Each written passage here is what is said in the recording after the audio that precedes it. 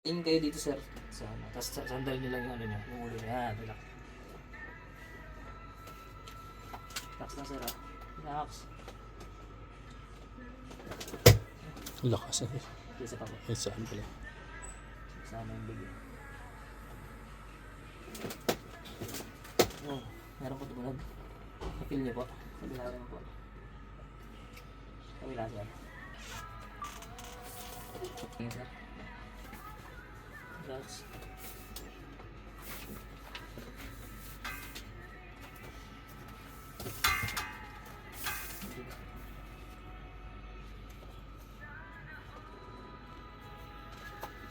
Relax.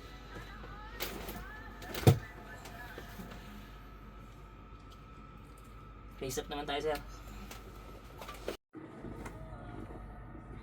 Dito na po ako. Sir. Relax. Dami. Dami kay sir.